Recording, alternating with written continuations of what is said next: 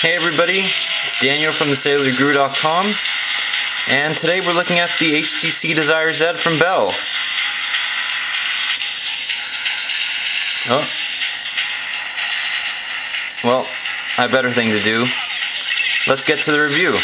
This is an Android device running Froyo on with an HTC Sense overlay, and let's just take a look at the hardware. So as you can see, it's got this beautiful hardware QWERTY keyboard that is that the screen rests on over here, and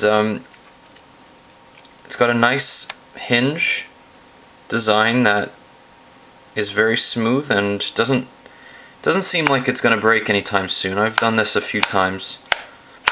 It seems pretty good. On the left side, you got the volume rocker, mini micro USB.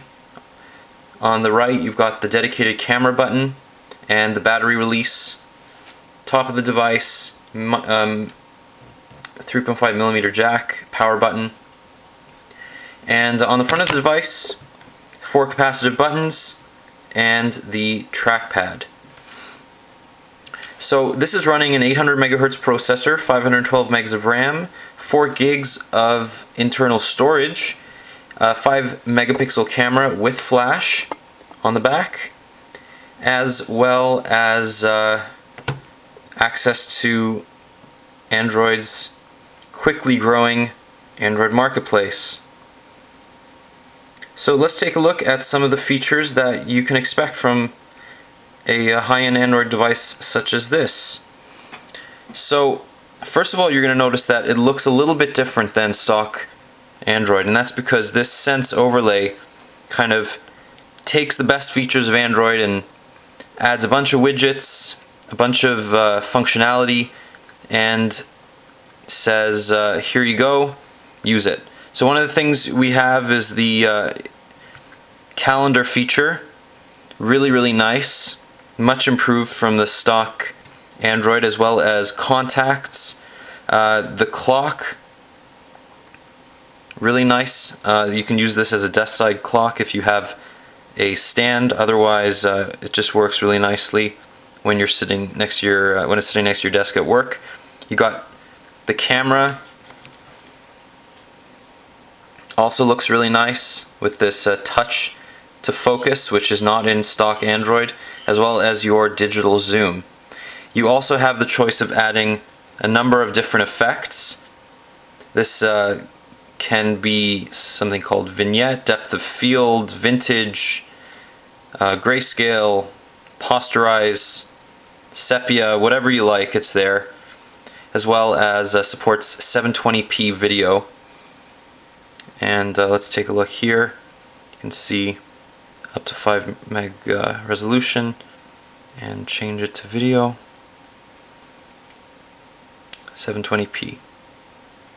Now the video is pretty good. It's not going to rival your iPhone 4, but it does the job, as well as the camera does a really nice job. And let's just go over some of the additions to this version of Sense. First of all, you can see you have a list up here of your recently used apps. It's really nice. This is also, in addition to holding down the home button, you get your recent apps as well. You have a bunch of pre-installed apps from Bell. These include Bell Remote PVR, Tunes and Apps, as well as the TV and radio app that I showed you in a previous video. You have Asphalt 5, the game I showed you at the beginning, Kobo Book Reader, Zoom Pass. There's some Google apps that are pre-installed. You have Maps, YouTube, the new Gmail, as well as Facebook, Google Talk, and the nice Google Gallery. Okay, so let's go and look at some of the personalization options that you have available for your Desire Z. There are different scenes that you can activate according to kind of how you're feeling. So if you're on, if you want to be social, you get Friend Stream, which is access to Twitter and Facebook right up front on your main page, you just start typing using the excellent soft keyboard. So let's see if I can do this without the camera overexposing. This is a phone review. Alright. And then you can share it to various networks depending on what you have pre-added. You get your list of people, get your mail, your calendar, favorite people, your messaging. Overall, you get 7 screens that you can customize to suit yourself, whatever you feel like. In addition to these scenes, you have different skins that you can apply to the phone. And right now we're on something called Slate, but you have wood, blackboard, metal, and the default HTC.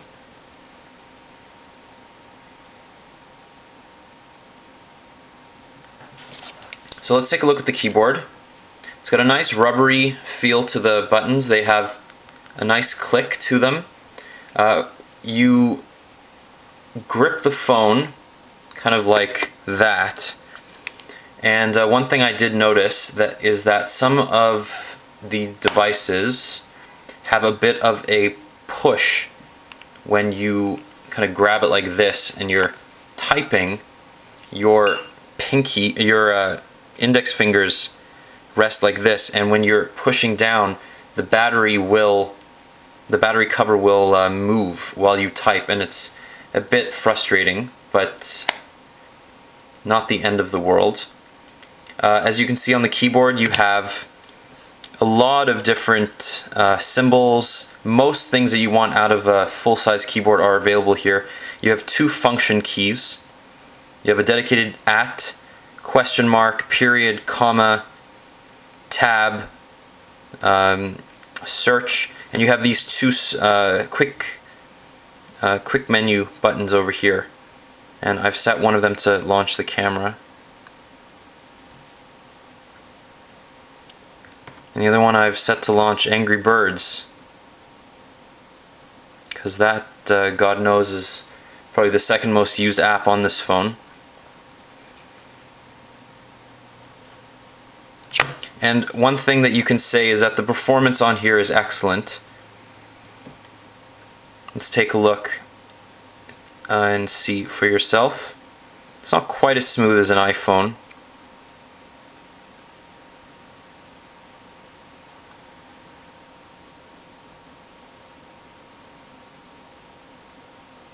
But it does the job.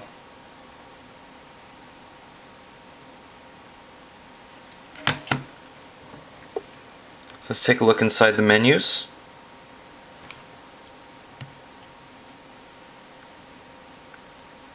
Another nice thing that you can do with this phone is if you don't have 3G but you still want to access the internet, in addition to activating a 3G Wi-Fi hotspot and USB tethering, you can actually take your computer's Ethernet connection and you hook up a USB cord onto your phone and you use it as an internet pass-through. So you can get access to the internet on here if you don't have it from your computer, as well as give your computer internet access from your phone's 3G connection. So you have it both ways. I've never been in a situation where I've needed to use my computer's internet connection, but you never know. The other nice thing is the addition of a number of keyboard shortcuts. So that's A to Z. So you overall get 28 keyboard shortcuts if you want them. You can hook up various accounts. You have Facebook, Twitter, and the new HTC Sense portal, which will track your phone if it ever gets lost, kind of like Find My iPhone. And a lot of these functionalities that HTC is adding, these sort of value-added functions, are things that are available on other platforms, and they're just taking them and bringing them to Android, which I think is very useful, because as a stock platform, Android is kind of boring, and this gives it a bit more functionality, spices it up a little bit.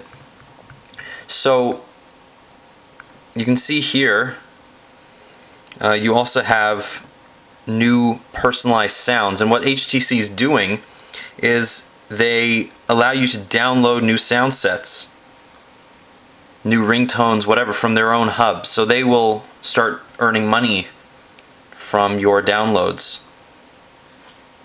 Now you have to be logged in, so this isn't going to work right now, but you can see that this is another interesting source of revenue for the company.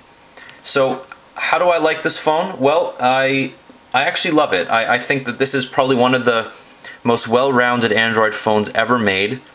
I think that the addition of the keyboard is great. I end up using the keyboard more often than I do the soft keys just because I really like it and I'm getting faster on it. I did want to show you something really quickly. I also have a T-Mobile G2, which is hardware identical to the Desire Z, but it runs a stock version of Android. And the one thing that I did want to show you was the difference in the keyboards. Now, I don't have a wide screen. I don't have a wide screen, but I'm just going to set them on top here. And you can tell that there are a few things that have been moved around. So on the T-Mobile, there are 3 quick convenience keys. And there is, what else? There's a dedicated www and .com button as well, which I really like.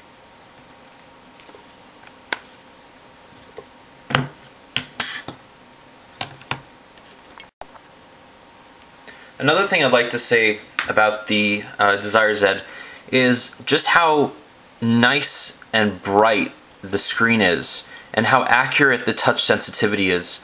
I'm coming from a Nexus 1 where it's well known that the touch sensor and the screen AMOLED quality is just it's just subpar and has since been surpassed by many Android phones. But this brings you the closest hardware experience to the Nexus 1 since it was released earlier this year, and updates it for you know, the latest hardware, including the fastest processor available on the market. It comes with more internal memory, so you're not going to run out of app storage, and it just runs like butter. This phone is available on Bell exclusively, and is quite a bargain. So it depends what price your retailer offers it at, but I think it's around $129. I have seen it as low as $79.99 at Radio Shack with a $50 credit. So take a look, try it out for yourself. I think that it is a worthy successor to the Nexus 1, even if it is running HTC Sense. Now I'll tell you a quick secret. This phone has been rooted, which means that you have access to installing custom ROMs, and because the hardware from the G2 is so similar to that of the Desire Z, you can actually interchange the ROMs. So you can put stock Android on here if you want to. Go to xda-developers.net, or sorry, xda-developers.com. I will put a link to it on the blog. And take a look, install your custom ROMs, enjoy it, go buy this phone. It is my daily driver, my favorite phone. It has replaced my iPhone 4, and it took a lot of time and a lot of phones to do that. So this is Guru Daniel, signing out of another ranting review.